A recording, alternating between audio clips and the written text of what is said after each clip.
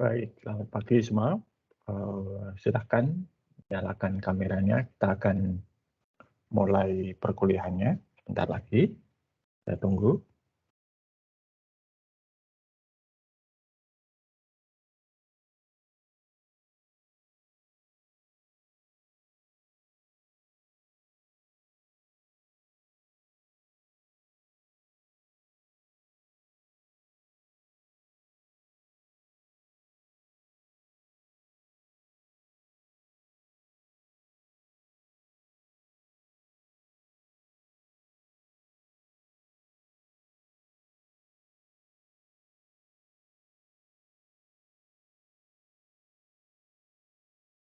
Baik, masih saya tunggu yang lain untuk menyalakan kameranya.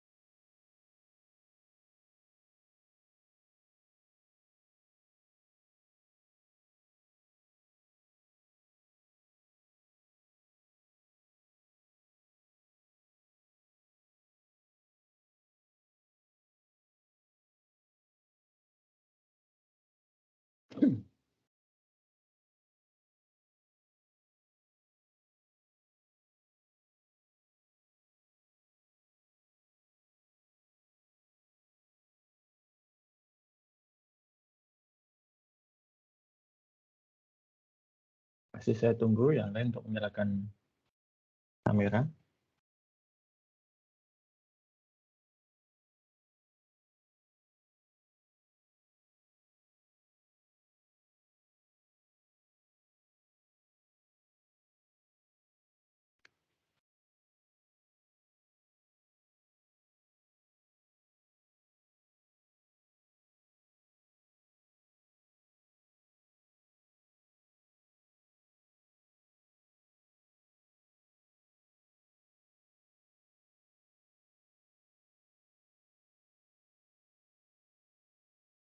Oke, baik, selamat pagi semua. Pertama, seperti yang sudah saya sampaikan, untuk besok Sabtu itu kuliahnya asinkronus, ya. Jadi nanti akan ada materi yang bisa Anda pelajari dan juga akan ada tugas pengganti presensi. Nah, tugas pengganti presensi nanti akan muncul pada saat perkuliahan. Oke, kita langsung saja ya ke materi. Hari ini kita akan bicara mengenai sistem terdistribusi. Oke. Apakah sudah terlihat slide-nya? Sudah, Pak. Baik. Sudah, Pak. Ya. Oke, jadi sistem terdistribusi.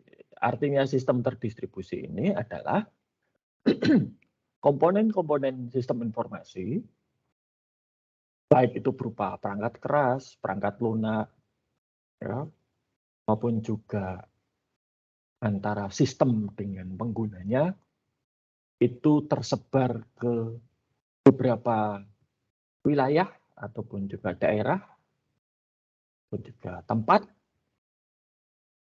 yang berbeda. Ya. Terdistribusi ini bisa berada pada satu gedung yang sama, misalnya, beda lantai, beda ruang. Bisa juga berada pada satu kota yang sama, atau bahkan bisa menembus batas negara. Ya. Saya kira Anda sudah sangat akrab menggunakan sistem terdistribusi ini. Ya. Google itu sudah pasti menggunakan sistem terdistribusi, Facebook, Instagram, TikTok, ya, hampir semua aplikasi yang Anda gunakan sekarang itu melalui smartphone atau tablet atau laptop Anda itu adalah sistem terdistribusi. Ya. Nah, idenya apa? Idenya ini adalah untuk memudahkan akses kepada sistem informasi. Bayangkan, Anda punya rekening di bank, ya. Dulu zaman saya masih mengalami, zaman saya sampai kuliah itu, yang namanya kalau transaksi di bank, setor, tarik, transfer, dan lain sebagainya itu harus ke kantor cabang atau kantor bank tempat kita membuka rekening. Nah, ATM belum banyak. Teman-teman kuliah saya dulu kalau dapat kiriman itu masih berupa kiriman wesel, ya pos wesel. Jadi, nah, baru kemudian bisa dilakukan transaksi antar cabang, ya, di mana nasabah yang buka rekening di cabang A bisa bertransaksi di cabang B dan seterusnya. Nah, ini dimungkinkan karena adanya sistem terdistribusi. Jika tidak, ya bayangkan Anda harus datang ke kantor cabang tempat Anda membuka rekening untuk bisa bertransaksi. Kalau Anda berasal dari luar Jogja misalnya, ya, dan Anda kuliah di Jogja, lalu kalau akan ambil uang harus ke cabang tempat Anda buka rekening kan susah sekali. Nah, sekarang itu semua sudah bisa dilakukan dengan sistem terdistribusi. Ya. Nah, nanti kita akan lihat konsep sistem terdistribusi serta bagaimana komponen-komponennya itu didistribusikan. Oke, jadi ini ada di sini. Nah, tentunya internet, kalau kita lihat substansi atau dasarnya, ya internet itu adalah sistem terdistribusi. Ya. Bentuk khusus dari sistem terdistribusi, karena juga ada sistem terdistribusi yang tidak menggunakan teknologi internet. Gitu ya. Oke. Nah, jadi sebetulnya untuk desain proses bisnisnya itu tidak berbeda. Ya. Kalau misalnya penggajian gitu ya, proses penggajiannya masih sama. Atau itu penjualan, proses penjualannya masih sama. Secara prinsip proses tidak ada yang berbeda. Hanya saja ketika sistem itu diimplementasikan, dipakai di berbagai lokasi, ya, ini ada berbagai masalah yang harus dipikirkan. Ya, harus ada berbagai isu desain yang harus dipertimbangkan. Contohnya misalnya, kalau Anda transaksi di bank untuk tarik tunai misalnya, datang ke kantor cabang, maka mungkin saja Anda diminta untuk tanda tangan dan tanda tangannya itu dicocokkan antara slip penarikan, buku tabungan, spesimen tanda tangan di bank maupun juga kartu identitas Anda. Nah, bagaimana kalau ini terjadi dengan transaksi jarak jauh melalui mesin ATM misalnya, atau internet banking? Nah, ini tentunya autentifikasinya, verifikasi identitas tidak bisa dengan membandingkan tanda tangan. Nah, harus digunakan cara yang lain. Ya.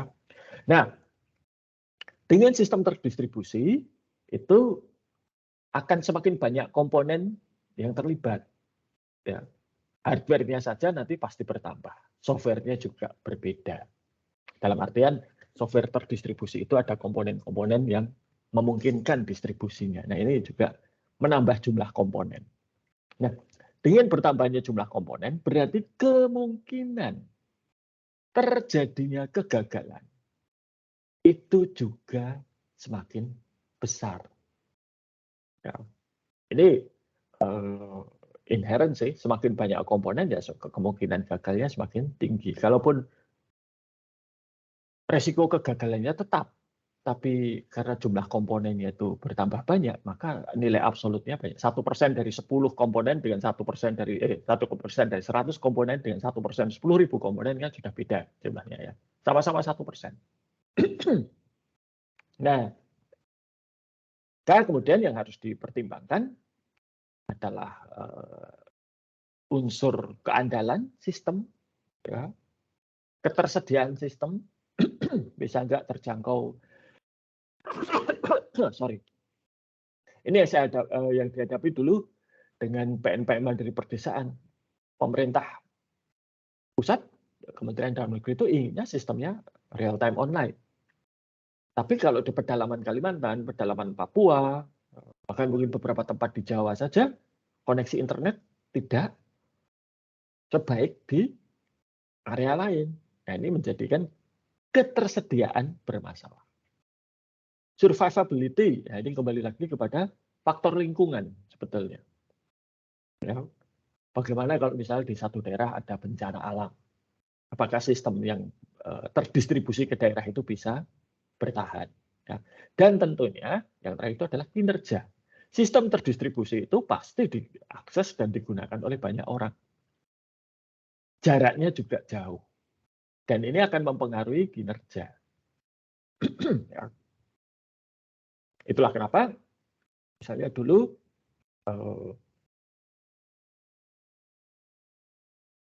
perusahaan-perusahaan IT yang menjual perangkat kerasnya ke Papua, ya, itu senang sekali menggunakan user interface text untuk ya setting dan lain sebagainya. Karena apa? Jarak jauh. Kalau pakai grafik terlalu lambat.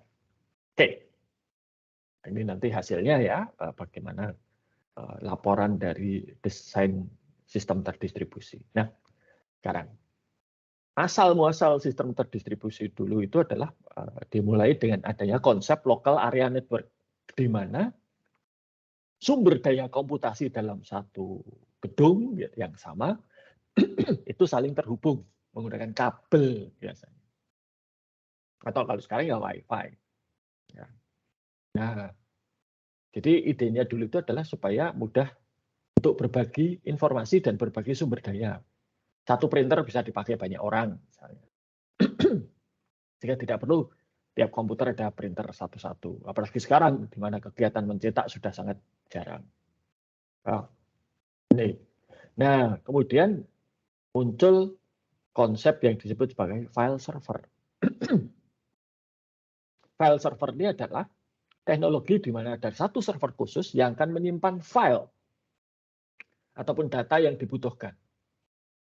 Nah, konsep file server ini sekarang sudah berevolusi menjadi kalau yang melewati cloud ya, kalau Anda pakai misalnya Google Drive, Anda pakai Dropbox, Microsoft OneDrive, iCloud kalau di Apple, nah itu sebetulnya menggunakan konsep file server. Jadi Anda menyimpan file di server tersebut dan kemudian Anda bisa mengakses file tersebut dari manapun di dalam jaringan.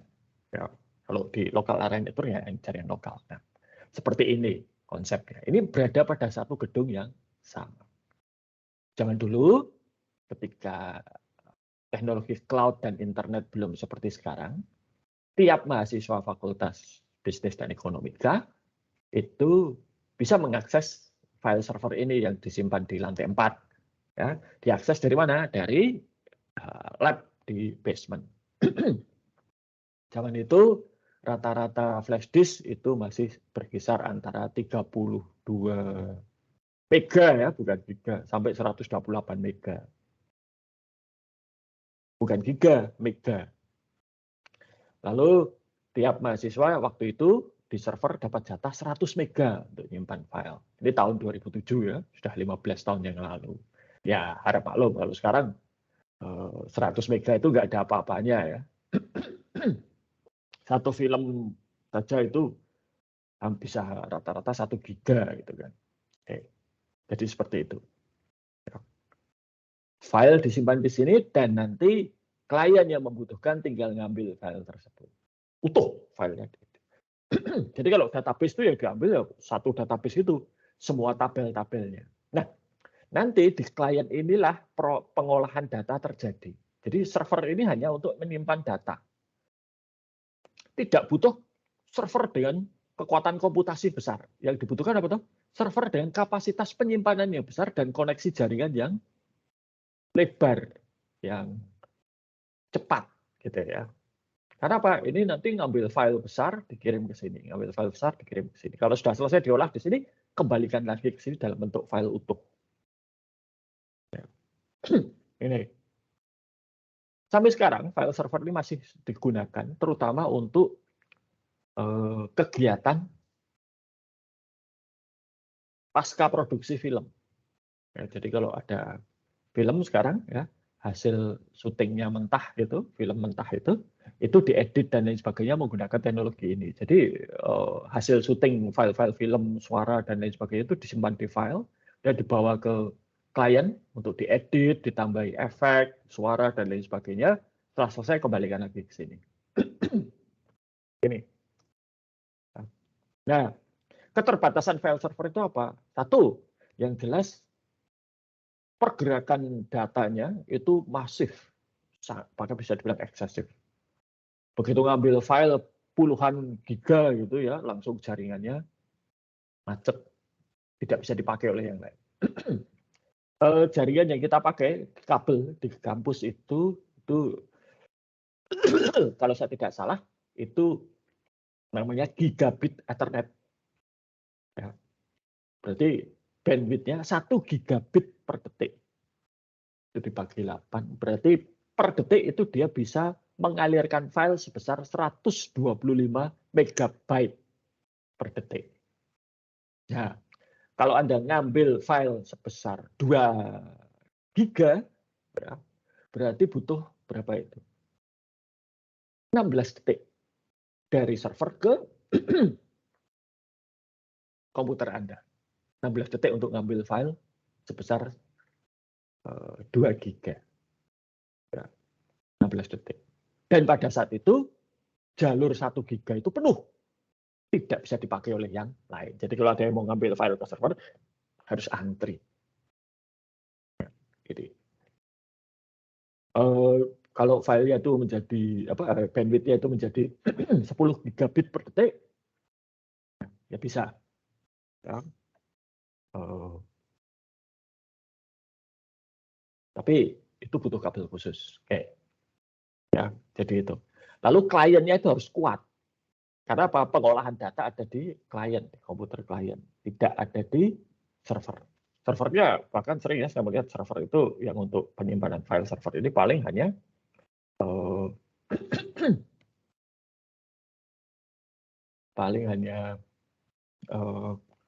Core i5, Core i3 gitu ya. Bahkan dual core juga ada. Yang penting itu apa? Koneksi networknya besar, ya. Storage-nya besar. Itu.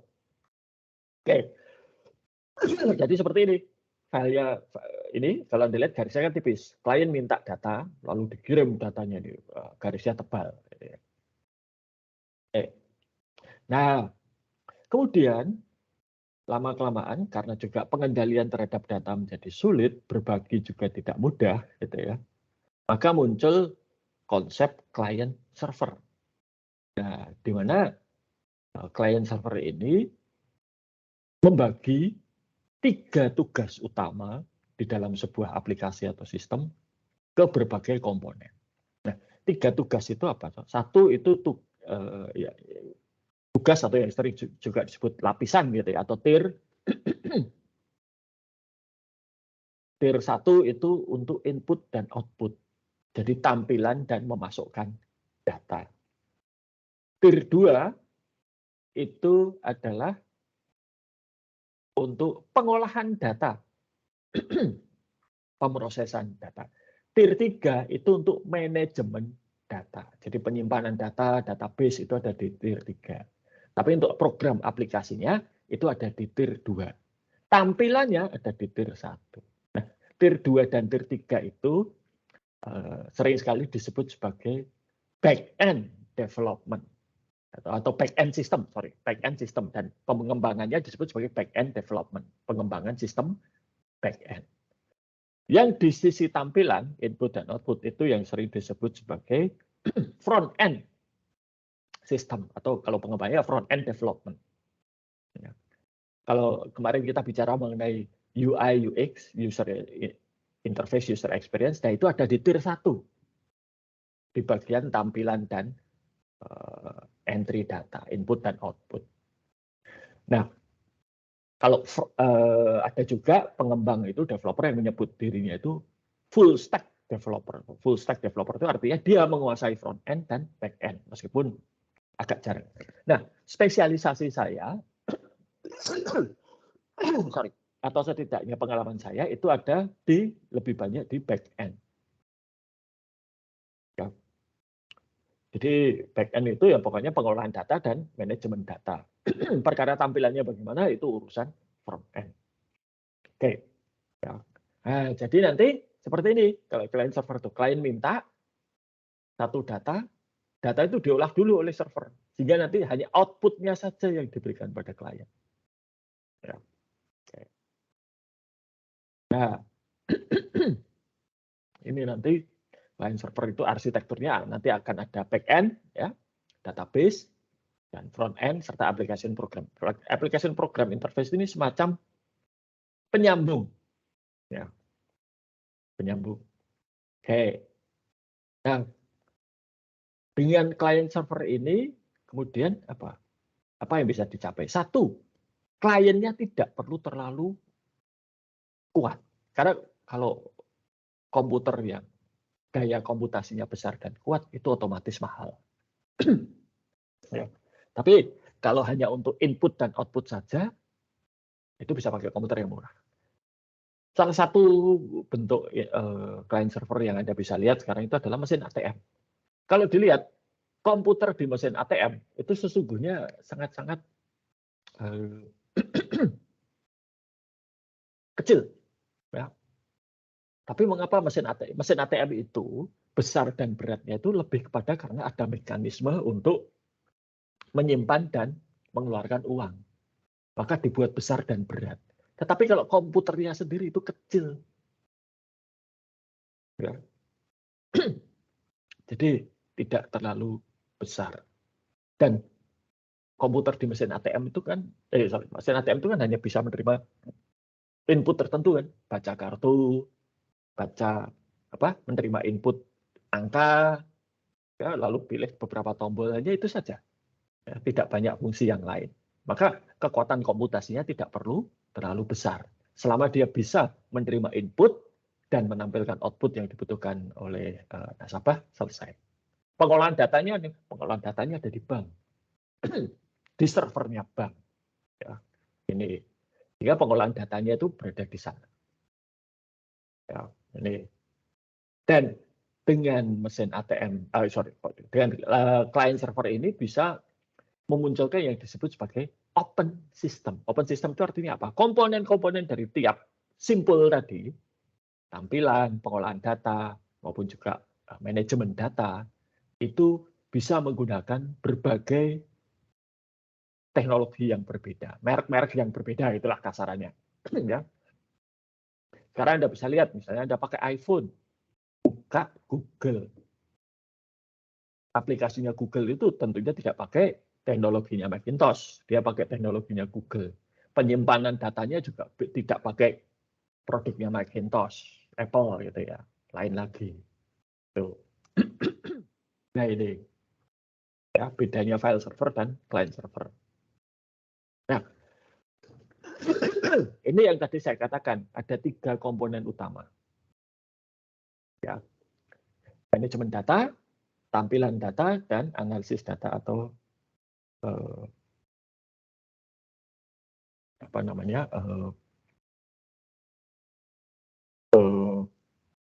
pengolahan data.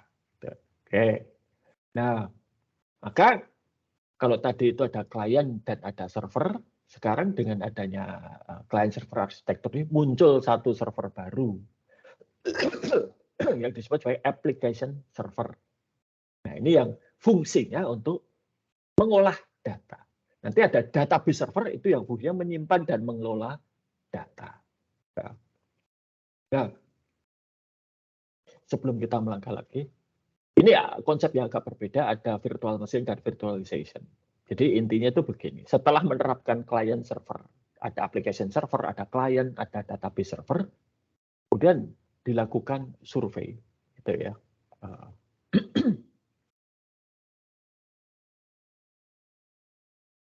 Dilakukan survei. Ternyata server-server yang dimiliki oleh banyak korporasi itu tingkat utilisasinya atau penggunaannya itu hanya sekitar 30%. 70% nganggur. Nah, maka kemudian muncul teknik virtualisasi. Jadi virtualisasi itu intinya adalah di dalam satu server fisik itu bisa diinstal lebih dari satu server virtual. Jadi meskipun fisiknya hanya satu, di dalam situ seolah-olah bisa kelihatan ada banyak server. Nah, misalnya katakanlah ya, tiap server itu butuh 25% tenaga komputasi. Maka satu server fisik bisa diinstal katakanlah 3 server virtual. Maka total 3 server virtual itu kerja bareng, ya, itu hanya akan menghabiskan 75%. Masih ada 20% untuk cadangan. Bahkan 4 server fisik masing-masing 25% ya nggak apa-apa. 10 server fisik pun masing-masing butuh 25% ya nggak masalah. Kenapa? Tidak semua server virtual itu nanti akan bekerja pada saat yang bersamaan. Ya. Nah, ini yang diandalkan oleh teknologi virtualisasi. Karena memang faktanya aplikasi-aplikasi yang jalan itu tidak semuanya jalan pada saat yang bersamaan. Anda pakai komputer itu kan ya tidak semuanya program yang Anda buka akan berjalan bersama-sama, tuh. Misalnya Anda buka Spotify, ya sudah nanti akan memainkan lagu. Anda buka MS Word, ngetik, bisa. Anda buka mungkin WhatsApp, ya bisa. Nah ini karena sebetulnya memang kekuatan komputasinya itu banyak nganggurnya daripada bekerjanya. Kalau Anda bekerja dengan satu komputer lalu lambat, itu biasanya bukan pada komputasinya, tetapi pada input-outputnya. Misalnya harddisknya lambat, nah, berarti tapi prosesornya cepat. Ya, ini. Nah, maka dengan virtualisasi ini, utilitas server-server di berbagai korporasi naik dari tadinya sekitar 30% menjadi lebih dari 80%. Ini. Nah, virtualisasi ini yang kemudian menjadi dasar dari layanan cloud computing. Ya, nanti kita lihat. Oke, nah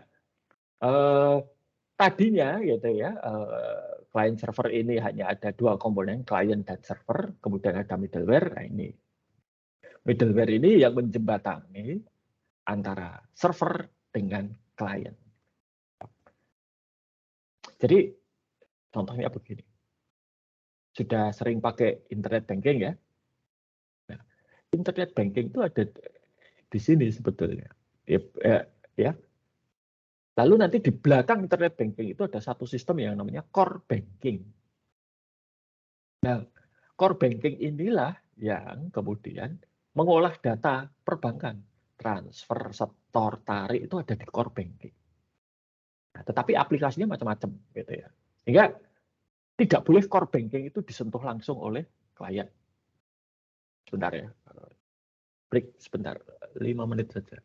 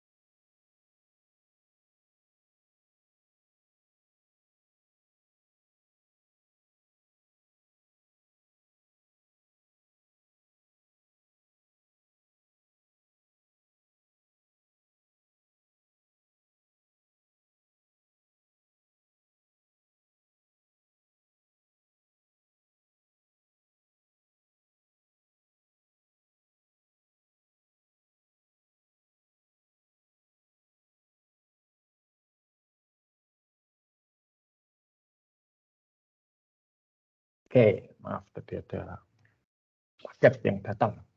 Oke, jadi kita kembali ke sini ya. Jadi internet banking itu tidak akan menyentuh core banking. Ya, dia akan dihalang, bukan dihalang ya, tapi dihubungkan. Karena core banking itu sangat-sangat kritikal. Itu nggak boleh mati. Ya, ini internet banking boleh bermasalah, ATM bisa mati dan lain sebagainya, tapi core banking biasanya tidak. Ya, oke. Nah, lalu dengan adanya client server arsitektur yang lebih maju ini, ya, kliennya itu bisa sangat tipis atau thin, gitu ya. Kurus. Maksudnya apa? Kekuatan komputasinya tidak perlu terlalu besar. Seperti yang Anda lihat pada smartphone dan tablet itu, smartphone dan tablet itu kan kekuatan komputasinya tidak besar sebetulnya. Ya. Anda akan sulit untuk melihat misalnya seperti tablet itu bisa menjalankan SPSS misalnya. Ya. Lalu kalau Office, Word, Excel-nya versi tablet atau smartphone itu tidak sekuat yang versi personal computer. Ya, karena memang ya tidak dilengkapi dengan kekuatan komputasi untuk mengolah data. Itu lebih banyak untuk input dan output. Pengolahan datanya ada di server, entah di mana. Ya. Oke. Nah, oke, kita kembali ke utility tadi, ya, utilitas tadi, itu cloud computing. Jadi cloud computing itu menyediakan jasa komputasi melalui internet. Ya. Nah, nanti yang ditawarkan itu bermacam-macam tergantung dia layanan cloud-nya apa. Tetapi biasanya ditawarkan berdasarkan unit-unit tertentu. Ya. Kalau Office misalnya, ya, layanan Office 365 yang Anda juga bisa pakai itu sebetulnya, itu berdasarkan per user per tahun. Ya. Jadi kalau Anda sekarang itu dapat fasilitas email kampus Office 365, ya itu silakan dimanfaatkan karena itu sudah dibayar itu. Ya. Nah, Microsoft Teams ya, ini per user per tahun ngecas ya. Ya. Ada juga yang berdasarkan nyewa server. Nah, satu server virtual itu berapa rupiah per tahun misalnya. Dengan spesifikasi tertentu dan kapasitas tertentu. Mau nyewa server yang lebih kuat, boleh. Atau tidak usah server yang kuat, tapi misalnya sekarang satu server, bulan depan 2 server, bulan berikutnya 3 server, bisa. Ya. Karena pembebanan biayanya atau tarifnya itu berdasarkan per layanan. Dengan demikian, cloud computing ini menawarkan yang jasa dalam, kalau dilihat dari sudut biaya ini adalah utility computing. Sama seperti kalau kita langganan listrik, atau PAM, air, atau bahkan telepon. Kita hanya membayar sejumlah yang kita pakai dan atau yang kita perlukan. Ya bisa prabayar, bisa pasca bayar. Gitu ya. Kalau seperti listrik kan gitu, ya kita bayar sesuai yang kita pakai, yang kita butuhkan. Ya. Nah, dengan demikian, cloud computing ini memungkinkan yang tadinya berupa investasi IT. Kalau investasi IT itu kan berarti ada biaya tetap untuk memperoleh perangkat IT dan biaya variabel untuk operasionalnya. Betul ya? Nah, Anda juga tahu, begitu ada biaya tetap, akan muncul biaya depresiasi.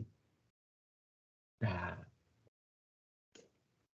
dengan cloud computing, ya, karena sifatnya itu menyewa,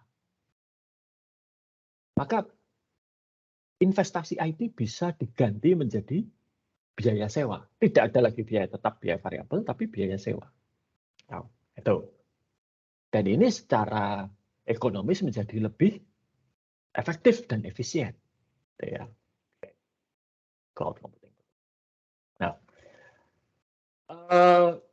ini ya, jadi kalau cloud itu nanti pengolahan datanya bisa di cloud, penyimpanan datanya bisa di cloud, gitu ya. Bahkan sebagian kliennya juga bisa dari cloud. Ya. Jadi dengan model cloud computing itu kita hanya tinggal memilih, membayar dan menggunakan apa yang kita butuhkan. Ya, misalnya untuk server, kita nggak butuh server yang terlalu kuat, kita butuh server untuk 5 orang. Ya sudah, kita sewa satu server kecil yang untuk 5 orang. Nanti kalau sudah tidak butuh, stop, nggak usah nyewa lagi. Ya, begitu seterusnya. Lalu, nah ini bedanya kalau kita invest IT dengan kita pakai cloud itu apa? Kemampuan untuk menyesuaikan dengan kebutuhan. Kita lihat ya, ini yang garis kotak-kotak ini, biru muda ini adalah kapasitas. Ini kapasitasnya sudah tinggi, tapi permintaannya tidak tinggi. Berarti ada apa? Ini ada kapasitas menganggur kalau Anda lihat, ya kan? Selisih antara permintaan dengan kapasitas yang tersedia. Ini biaya tidak terpakai ini. Sunk cost ini kan sudah beli ya, tapi tidak terpakai. Sunk cost. Nah, kelemahan dari kalau kita beli perangkat IT atau in-house infrastructure ini, itu adalah fleksibilitas di dalam menyesuaikan demand. Coba ini lihat yang ini. Ini kan permintaan permintaan daya komputasinya meningkat, tapi kapasitasnya tidak cukup. Berarti ada gap. Ini, ya, bisa lihat gapnya di sini. Ini berarti apa? Ya, tidak terpenuhi. Sedangkan di sini ada gap, yang berarti apa? Kapasitas tidak terpakai. Nah, padahal yang namanya permintaan untuk daya komputasi itu fluktuatif. Ya, seperti sekarang misalnya. Kalau pas kuliah biasa, kekuatan komputasi untuk situs kuliah mungkin tidak terlalu banyak. Gitu? Apalagi nanti, kalau kita, apalagi sekarang Jawa Bali sudah PPKM level 1, ada kemungkinan nanti kalau tidak berubah statusnya, semester depan kita masuk semua. Ya. Kuliahnya offline lagi. Nah, kalau offline berarti kekuatan komputasi yang dibutuhkan untuk situs kuliah bagaimana? Menurun. Kebutuhannya menurun. Gitu ya. Tapi situs kuliah sekarang ini, itu yang ada kapasitasnya ada kapasitas yang dirancang untuk dipakai online penuh.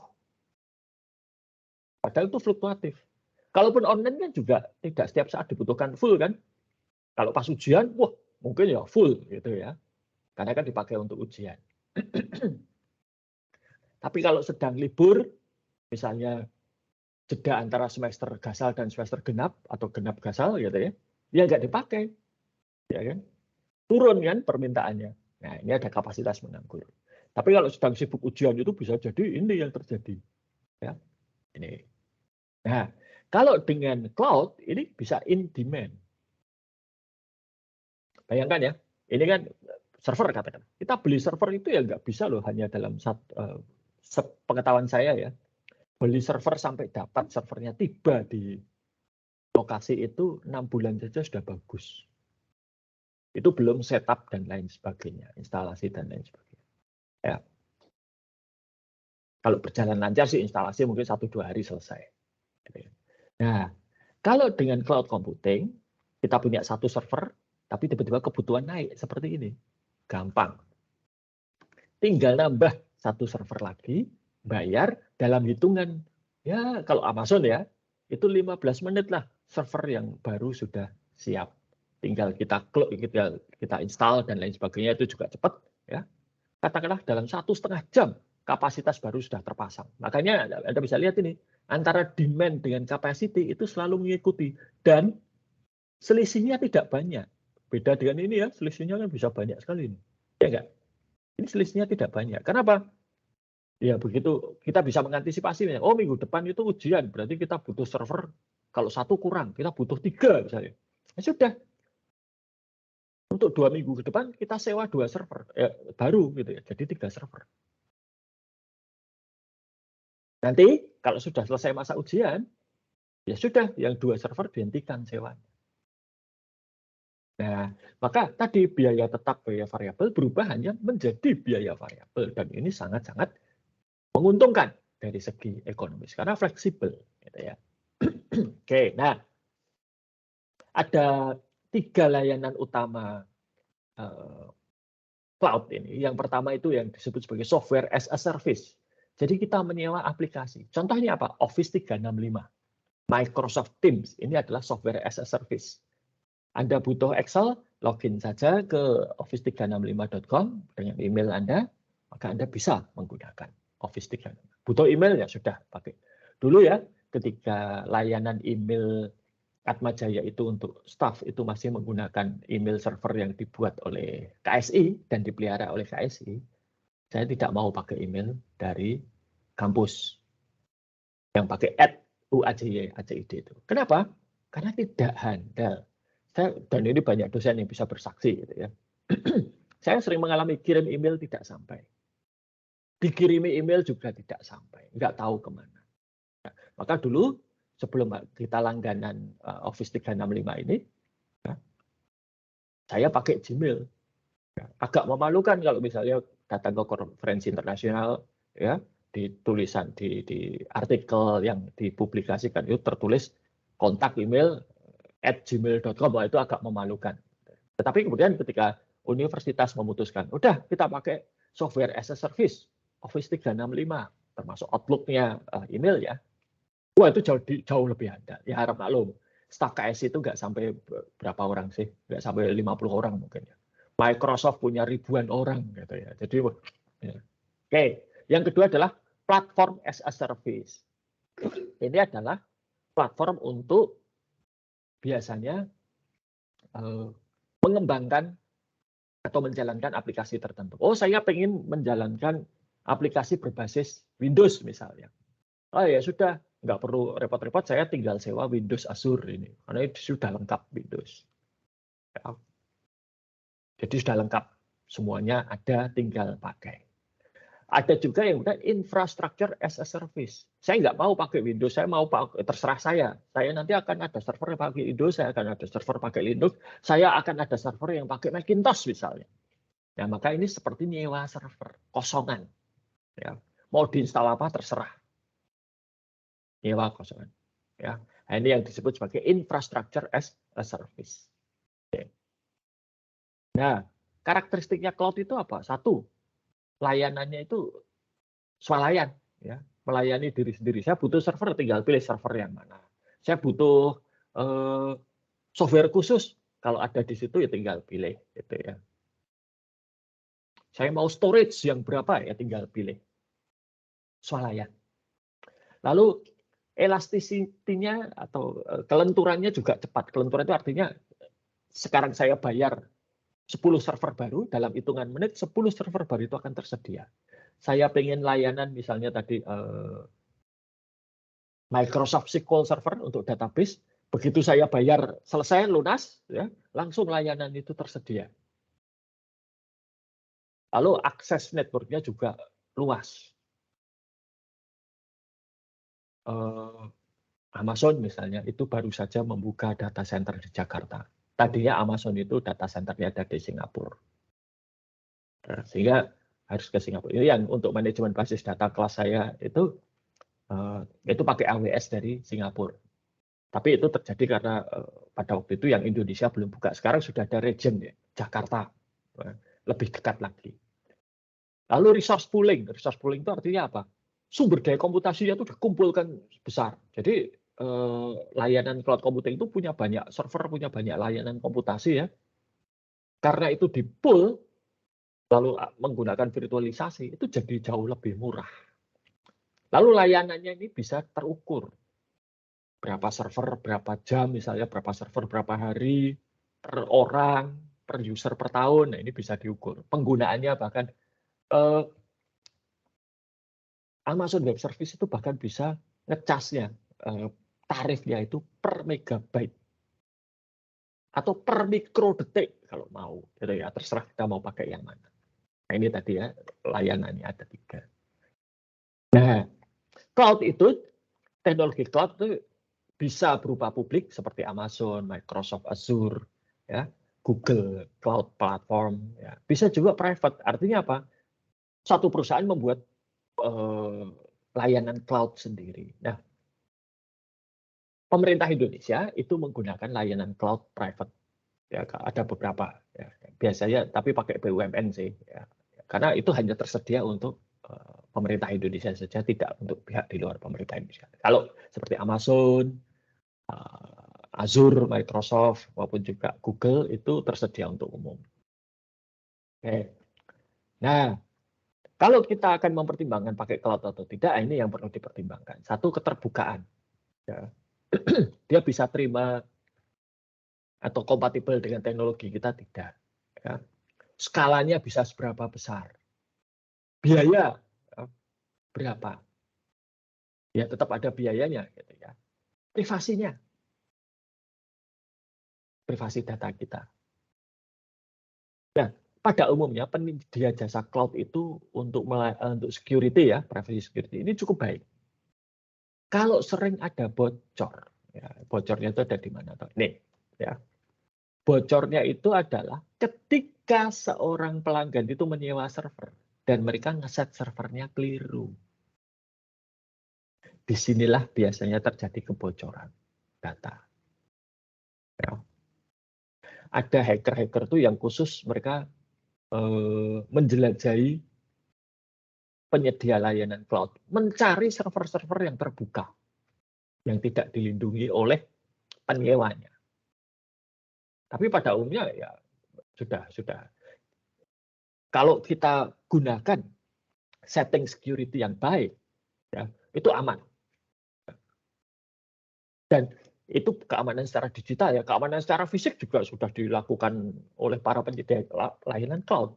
Kita nggak perlu bingung servernya taruh di mana, listriknya stabil atau tidak, bagaimana kalau ada listrik mati, ya itu sudah urusan mereka. Kita tinggal bayar dan pakai. Ya, ini. Nah, jadi macam-macam. Nah, terkait dengan keamanan, privasi, dan kepatuhan terhadap aturan, ini perlu kita pertimbangkan yurisdiksi tempat cloud itu berada. Kebanyakan perusahaan penyedia jasa cloud terbesar di dunia itu berada di Amerika Serikat, jika mereka patuh pada undang-undang di Amerika Serikat. Ya. Kalaupun seperti Amazon itu punya data center di Jakarta atau di Singapura, yaitu patuh pada hukum setempat. Jadi misalnya sekarang pemerintah Singapura memutuskan kita geledah Amazon di Singapura, ya bisa saja. Enggak bisa. Maka kalau untuk dunia perbankan di Indonesia, ya dulu itu pernah Citibank di Asia Pasifik itu akan menggunakan layanan cloud. Jadi mereka akan mengkonsolidasikan semua sistem Citibank di Asia Pasifik ini, dan data centernya ada di dua tempat, Hong Kong dan Singapura. Tapi begitu masuk ke Indonesia, terbentur aturan dari pemerintah, yaitu apa? Pemerintah itu punya aturan bahwa data nasabah bank yang beroperasi di Indonesia itu harus disimpan di wilayah hukum Republik Indonesia. Maka kalau cloud-nya itu ada di Singapura atau Hong Kong, ya nggak boleh.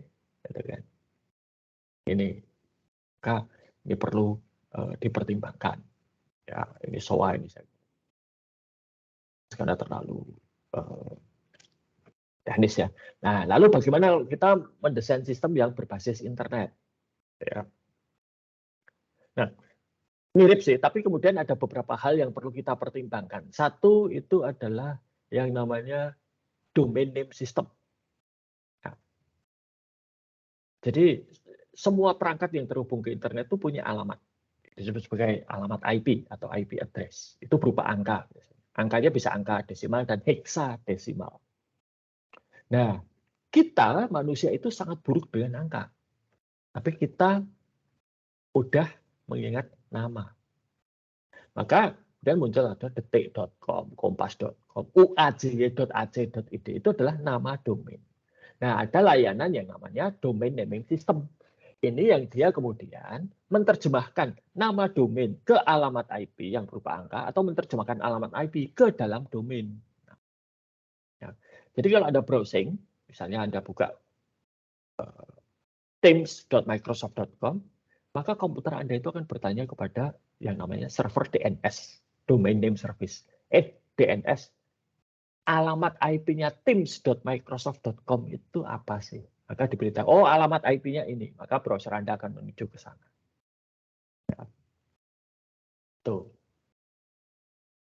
Nah, kalau Anda pernah dengar ada filter internet sehat di Indonesia, filter internet sehat itu berdasarkan DNS atau Domain Name Service. Jadi semua DNS server yang beroperasi di Indonesia itu menggunakan standar internet sehatnya pemerintah Indonesia. Maka kalau Anda mencoba mengakses situs porno misalnya, atau situs terorisme, atau situs judi, menggunakan layanan internet di Indonesia, akan terblokir. Karena nama-namanya itu sudah dimasukkan ke dalam daftar hitam oleh pemerintah Indonesia. Dan itu semua penyedia jasa internet di Indonesia menggunakan standar yang sama. Oke, lalu ada Hypertext Transfer Protocol. Ini adalah cara bertukar informasi. Bagaimana satu file dikirim ke komputer yang lain. Maka kalau Anda lihat browsing itu, ya, detik.com itu di depan www.detik.com itu ada HTTP, gitu ya, atau HTTPS. Nah, itu adalah karena menggunakan protokol HTTP.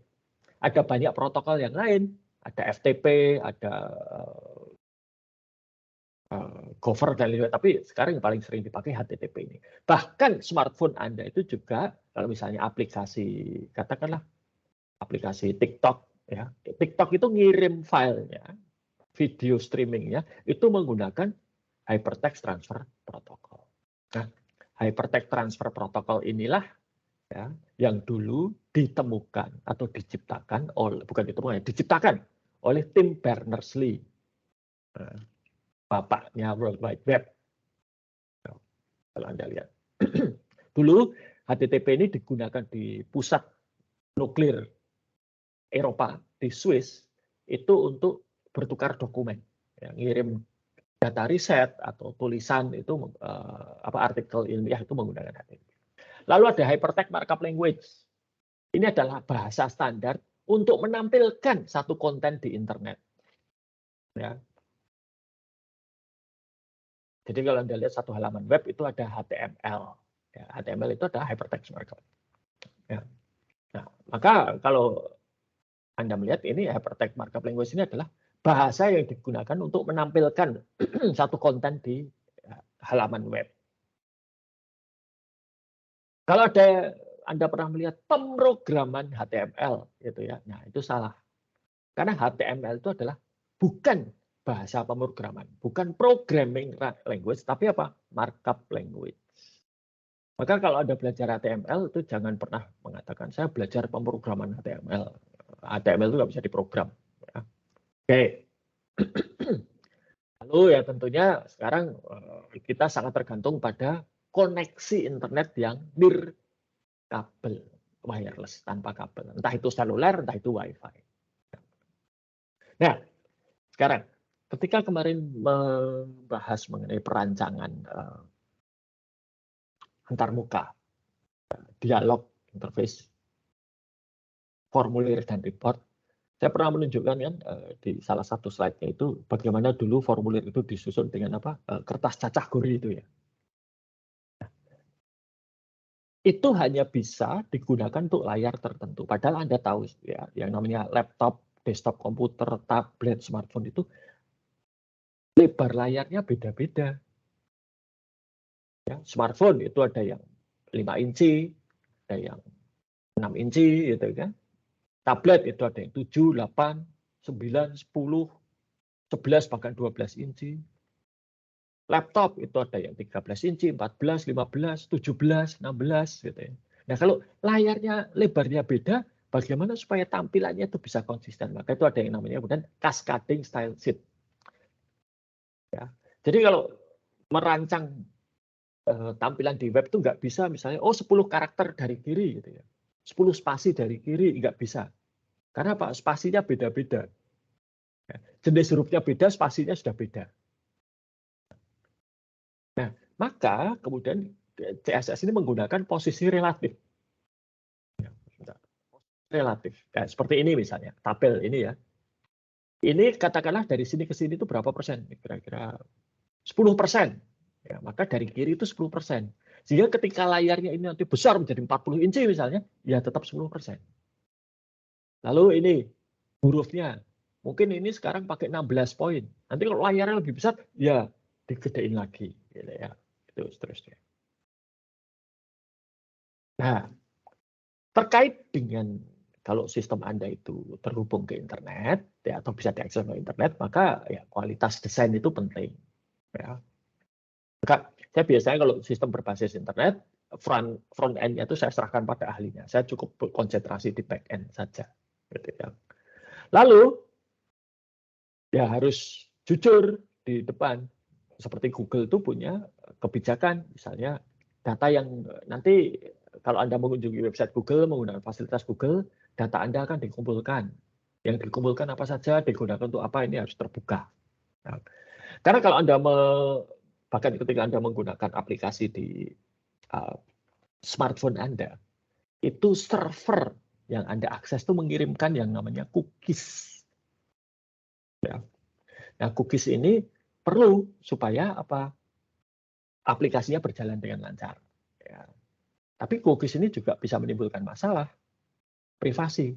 Dengan cookies itu saya bisa tahu. Misalnya Anda mengakses satu situs, saya pernah praktekkan di photographer.net, saya bisa tahu si pengguna ini mengakses dengan gawai apa, prosesornya apa, lebar layarnya berapa inci, RAM-nya berapa, hard disk-nya berapa, sistem operasinya apa, browsernya apa, saya bisa tahu. Bagi Anda yang pernah nonton Netflix, terus-terusan gitu ya, binge watching, ya, nonton terus-terusan, menghabiskan satu serial season dalam satu kali nonton gitu ya, mesti di tengah jalan Netflix akan bertanya, masih nonton nggak? Nah, bagaimana Netflix bisa tahu ini? Ya, karena mereka mengirimkan cookies, dan saya dulu juga begitu. Kalau setengah jam tidak ada aktivitas, ya, maka akan muncul dialog gitu. Masih di sini nggak? Harus jawab ya. Kalau iya terus. Kalau tidak, otomatis saya perintahkan aplikasi untuk melog out. Ya, ini lalu customization ini biasa ya. Baik, sampai di sini dulu. Apakah ada pertanyaan?